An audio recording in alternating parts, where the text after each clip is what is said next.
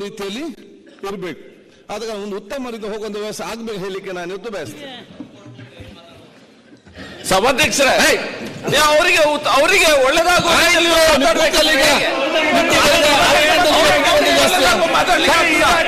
ನೀವಿದ ಕೂತ್ಕೊಳ್ಳಿ, ಅವ್ರು ಮಾತಾಡ್ತಾರೆ, ಮಾತಾಡ್ಲಿ, ಅವ್ರು ಮಾತಾಡಿದ್ರೆ ನನಗೆ ಅವ್ರು ಕೇಳಿ ಆಯ್ತು. ಇದ್ದಲ್ಲಿ ನಮ್ಗೆ ಬುದ್ಧಿ ಹೇಳ್ಬೇಡಿ, ಕೂತ್ಕೊಳ್ಳಿ.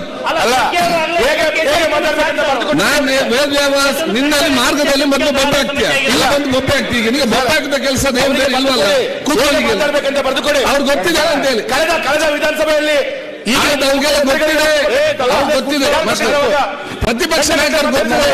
ಕೇಳಿಲ್ವ ನಾವು? ಬಿಡಪ್ಪ. ಸನ್ಮಾನ್ಯ ಅಧ್ಯಕ್ಷರೇ,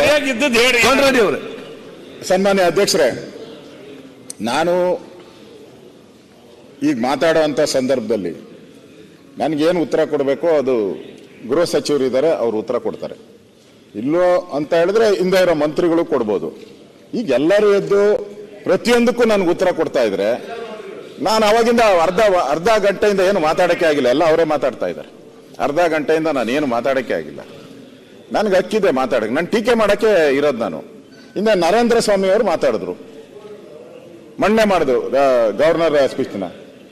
ಬಿಜೆಪಿನ ಟೀಕೆ ಮಾಡಿದ್ರು, ನಾವ್ಯಾರು ತೊಂದರೆನೇ ಕೊಡ್ಲಿಲ್ಲ ಅವ್ರಿಗೆ. ಗದ್ವೆಲ್ಲರೂ ಮಾತಾಡಿದ್ರು, ನಾವ್ಯಾರು ಅವ್ರಿಗೆ ತೊಂದರೆನೇ ಕೊಡ್ಲಿಲ್ಲ. ಅವ್ರು ಹೇಳಿದಾಗ ನಾವೆಲ್ಲ ಸೈಲೆಂಟ್ ಆಗಿದ್ದೀರಿ. ನಂದೇನಾದ್ರೂ ಪದ ಬಳಕೆ ಮಾಡುವಾಗ ಯಾವ್ದಾದ್ರೂ ಈ ಕಾನೂನ ಅವಕಾಶದಲ್ಲಿ ಇಲ್ದಂತ ಪದ ಬಳಕೆ ಮಾಡಿದ್ರೆ ನೀವೇನ ಹೇಳಿ, ಅಸಂಸದೀಯ. ಹಂಗೇನು ಇಲ್ಲ. ನಾನು ಮಾತಾಡುವಾಗ ಕೇಳಿಸ್ಕೊಳ್ಳಿ, ನಿಮ್ಗೆ ನನಗಿಂತ ಕಠಿಣವಾಗಿ ನೀವು ಟೀಕೆ ಮಾಡಿದೆ ನಂದಾದ್ಮೇಲೆ.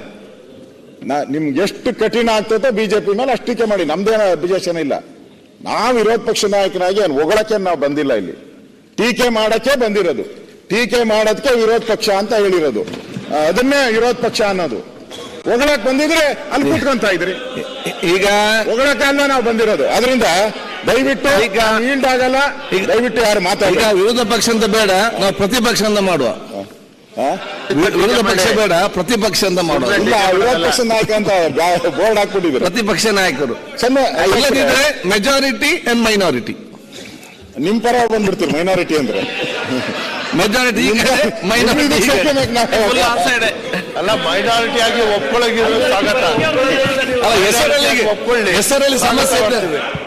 ಹೆಸರಿನಲ್ಲಿ ಸಮಸ್ಯೆ ಇದ್ದರೆ ಹೆಸರು ಬದಲಾವಣೆ ಮಾಡುವ. ಈಗ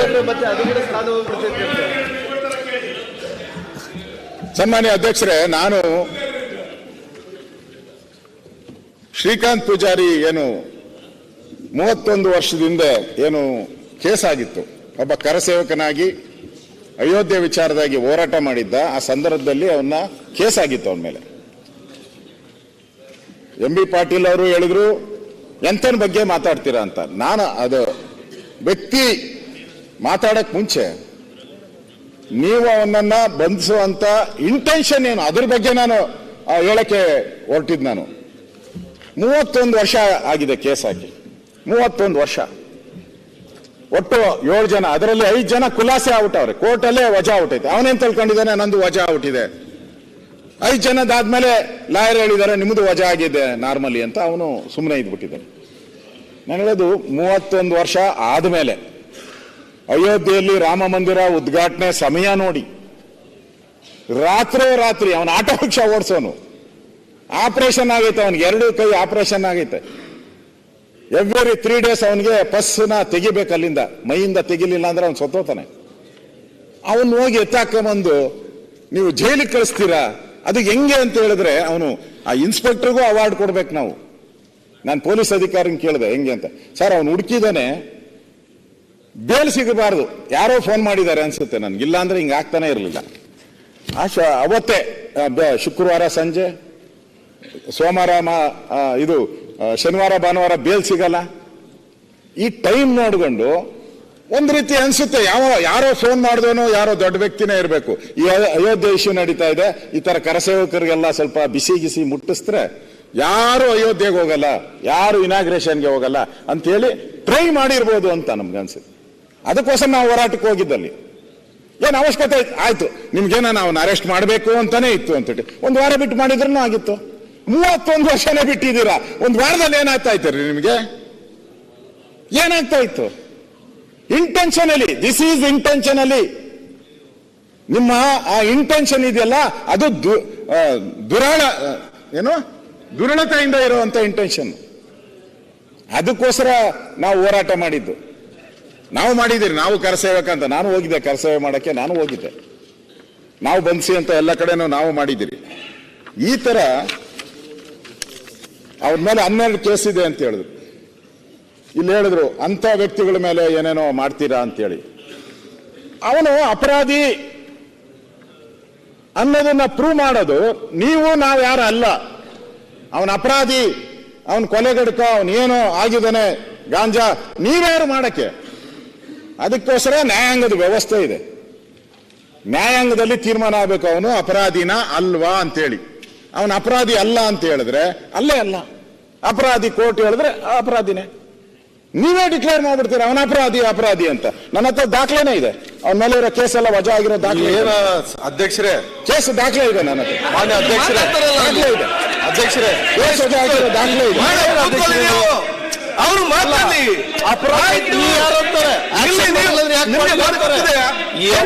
ಏನ್ ಮಾತಾಡ್ತಾರೆ ಇವರು? ತೆಂಗಿನಕಾಯಿ ಆಯ್ತು ನಮ್ಮ ಕೂತ್ಕೊಳ್ಳಿ. ಈಗ ಆಯ್ತು, ಮಾನವರು ಮಾತಾಡ್ತಾರೆ.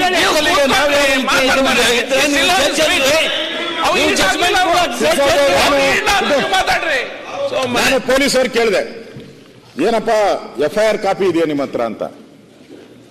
FIR ಕಾಪಿನೂ ಇಲ್ಲ. ಒಂದ್ ಸೆಕೆಂಡ್, ಈಗ ಈ ಕಡೆ ಕೂತ್ಕೊಂಡವರು ದಯವಿಟ್ಟು ನೀವು ಒಂದು ಸಡನ್ ರಿಯಾಕ್ಟ್ ಮಾಡಬೇಡಿ.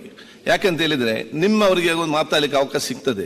ಆವಾಗ ಏನೆಲ್ಲ ಹೇಳಿಕೊಂಡು ನೀವೇನೆಲ್ಲ ಮಾತೆಲ್ಲ ರೆಡಿ ಮಾಡಿ ಟೈಪ್ ಮಾಡಿ ಬರೆದಿಟ್ಕೊಳ್ಳಿ. ಈಗ ಆವಾಗ ಇವರು ನಿಲ್ಲಿಸದಿದ್ರೆ ನಿಮಗೆ ಮಾತಾಡ್ಲಿಕ್ಕೆ ಚಾನ್ಸ್ ಇಲ್ಲ. ಇಲ್ಲಿ ಆದಷ್ಟು ಒಬ್ಬ ಮುಗಿಸಿಕೊಂಡು ಹೋಗೋದು ಅವಕಾಶ ಮಾಡಿಕೊಡಿ. ಸನ್ಮಾನ್ಯ ಅಧ್ಯಕ್ಷರೇ, ನಾನು FIR ಕೇಳಿದೆ.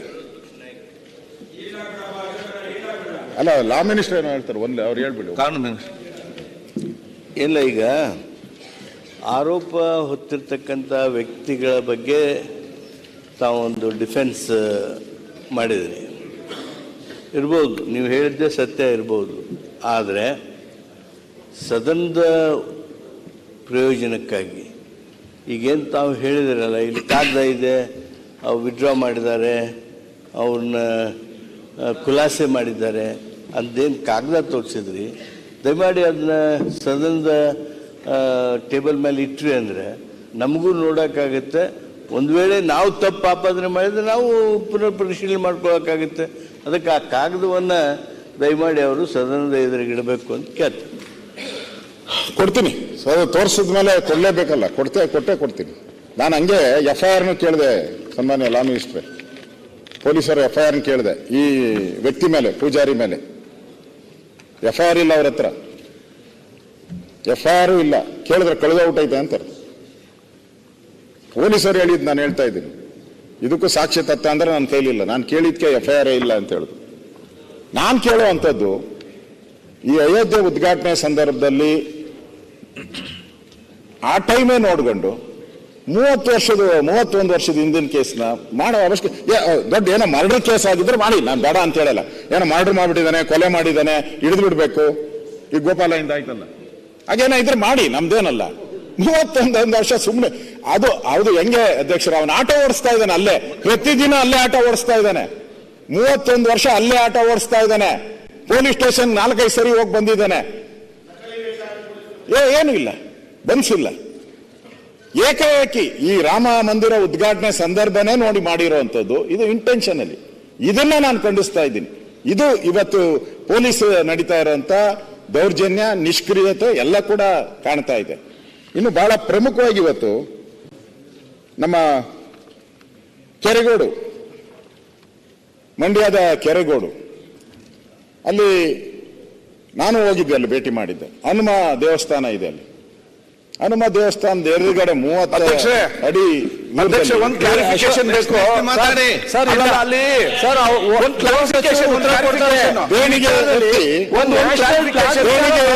ಔಷಧಿ ಅಂದ್ರೆ ವಿರೋಧ ಪಕ್ಷ ನಾಯಕರಾಗಿ ಈಗ ಹನುಮಾನ್ ದೇವಸ್ಥಾನ ಮುಂದೆ ಹಾಕಿದಾರ ಪಂಚಾಯತಿ ಹತ್ರ ಪಂಚಾಯತಿಯವರು